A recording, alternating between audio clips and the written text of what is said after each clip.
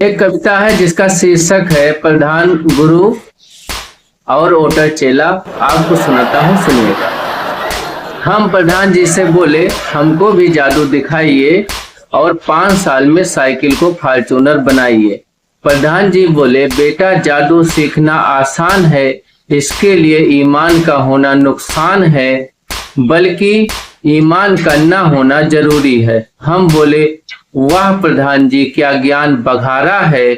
वह बोले इसी ज्ञान ने तो 3 मंजिला मकान संवारा है।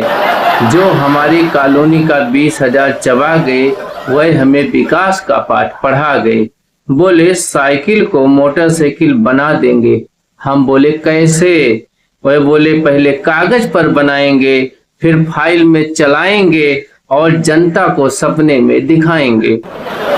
सभा में बैठे लोग बोले प्रधान जी उनको मुर्गा खिलाया है, कम से कम हमको कद्दू ही खिलाइए।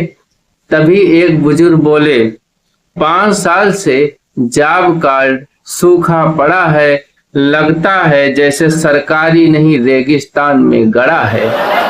तभी रोजगार सेवक आया, देसी की पेटी लाया। जो सुबह नाली किनारे बेहोश पड़े थे, वह भी लोकतंत्र बचाने खड़े हो गए।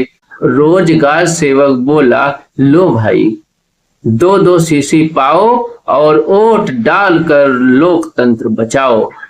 कुछ अनुभवी पियक्कड़ बोले देसी से अब काम नहीं चलेगा, देसी से अब काम नहीं चलेगा, इस बार वोट का भाव बढ़ेगा।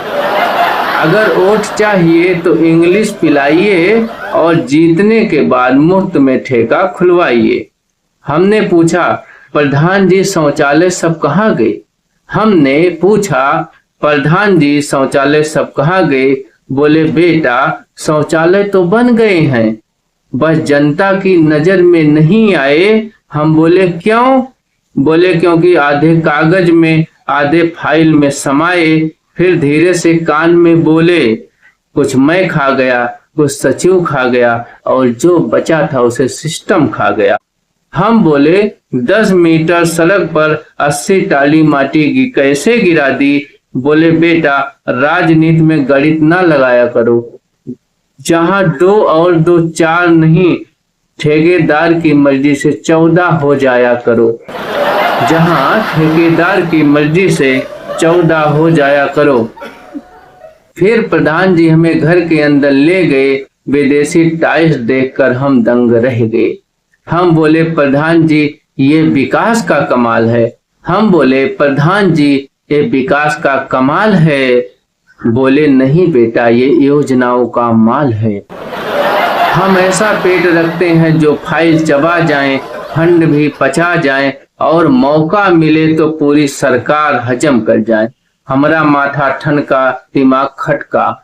हम बोले ये हमें जादू सिखाएंगे। हम बोले ये हमें जादू सिखाएंगे। फॉर्च्यूनर छोड़ो, मौका मिला तो साइकिल भी खा जाएंगे। तभी रोजगार सेवक बोला नरेगा में मेट बन जाइए, मिल बांट कर मलाई खाइए।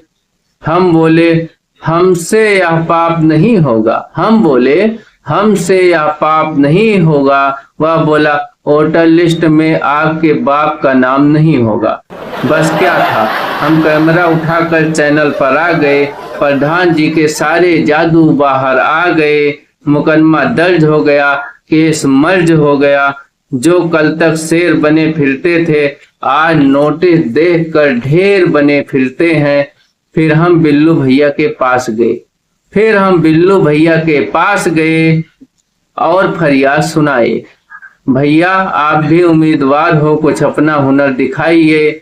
बिल्लू भैया मुस्कुराए क्योंकि अभी नोट बांट कर आए। बिल्लू भैया मुस्कुराए क्योंकि अभी नोट बांट कर आए। वह बोले हम भाषण कम देते हैं, सीधा सम्मान देते हैं। और देखते ही देखते पैर छूकर 2-2 हजार धर गए। कई सिद्धांतवादी वोटर उसी समय उधर गए। नतीजा आया बिल्लू भैया जीत गए और जीतते ही जनता से दूर हो गए। हम फिर से बोले भैया रोजगार सेवक बनाइए, काम हम कर ले, आप 5 साल जादू दिखाइए। बिल्लू भैया हंसकर बोले, तुम अभी नए खिलाड़ी हो, राजनीति में बहुत अनाड़ी हो। यहाँ जनता हर बार ठगी जाती है और फिर हर चुनाव में उम्मीद लगाती है। धन्यवाद।